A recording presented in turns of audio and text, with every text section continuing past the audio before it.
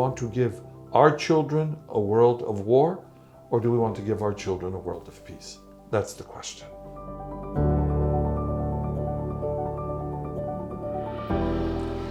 The Russian war on Ukraine has affected the European churches greatly. The Conference of European Churches has established its initiative Pathways to Peace to establish justice, peace and reconciliation in the region. To reflect on this situation, I have with me CEC President His Eminence Archbishop Nikitas of Thyateira in Great Britain. I would like to ask you, what do you think the situation in Ukraine has affected the churches, and how does it affect the discourse that they have in particular to the war? Well, I think the war has affected not only the churches, it's affected the entire world. And it's affected the world on various levels, situations, and it offers us new challenges. But for every challenge and every problem, there's a solution. And one of the solutions that we find is through Pathways to Peace. And that's an initiative coming from CEC to try to offer again hope to the world. The war in the Ukraine has caused the world in some ways to divide. But we as Christians believe in reconciliation. We believe in bridges. Remember that after the resurrection, when Christ appeared to the disciples, the first thing that he said is, "Peace be with you." And that's the message of CEC. It's the initial message following the resurrection. And it's not the peace of the world, it's the peace of Christ. And hopefully, not only through CEC and the efforts that we have, but if everyone can come together, we can find solutions to this problem of discord. It's a problem of territory. It's a problem of ideology and philosophy. It's a problem, I would say, even of personalities and people.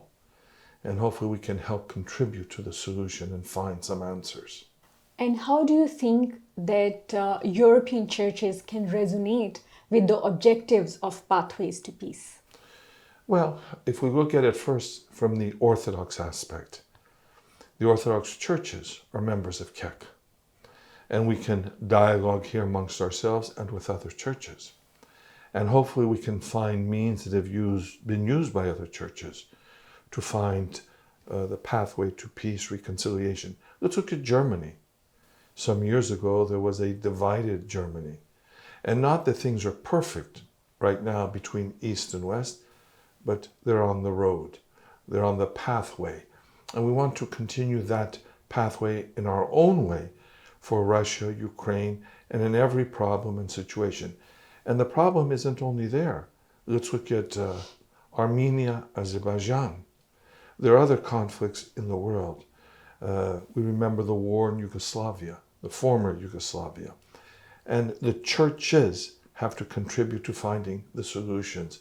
It's not about me as an individual or just my church. It's about a world. And we have to remember that we have to present that world to our children. And do we want to give our children a world of war, or do we want to give our children a world of peace? That's the question. What role do you think the Conference of European Churches has in particular that it can make through Pathways to Peace in a world that is marred with wars, is divided, is polarized? Well, the Conference of European Churches, CEC, tries to bring together not only religious leaders. If you read the structure or if you read the commentaries or the description, it talks about political leaders. It talks about people who are in the social sphere in some ways. It tries to bring together people of different personalities and perhaps a different status, a different aspect of life. And we can all contribute. You know, I often use the example of the hand. The fingers aren't all the same. And neither are the players, neither are the actors in finding peace. But if the hand and the fingers all come together, we can lift a glass and we can open a door. So it's hopefully we're going to use our hands and all the fingers together to open the door to finding peace. Still, we are living in a world where, because of the war in Ukraine, we see immense suffering, we see human loss. Amid all this situation, as a Christian, where do you see the hope? Well, I see that hope exists because we see a new day, and every new day brings us possibilities. And we see that the world is crying for peace. The world wants peace. Nobody wants to see children die. Nobody wants to see people maimed.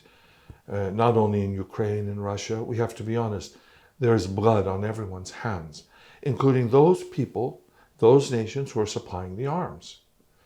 We need to go back to that scriptural reference about making our swords into plowshares and really become people of peace.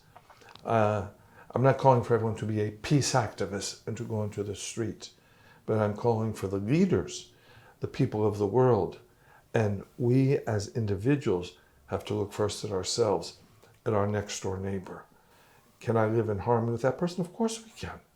We can have different ideologies, philosophies, we can be different religions, but we have the values of respect, understanding, acceptance, not tolerance.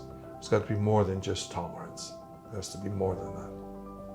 Thank you very much for your insights. It's with great interest that we look forward to see what impact Pathways to Peace will create. Stay tuned and follow us to learn more on our social media.